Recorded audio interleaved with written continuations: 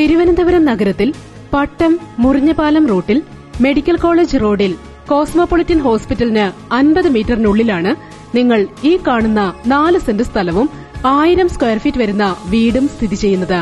Car porch, sit out, 3 bedroom, ഇതിൽ 2 bedroom attached, വരാന്ത, dining cum drawing room, kitchen, work area തുടങ്ങി എല്ലാവിധ സൌകര്യങ്ങളും ഈ വീടിനുണ്ട്.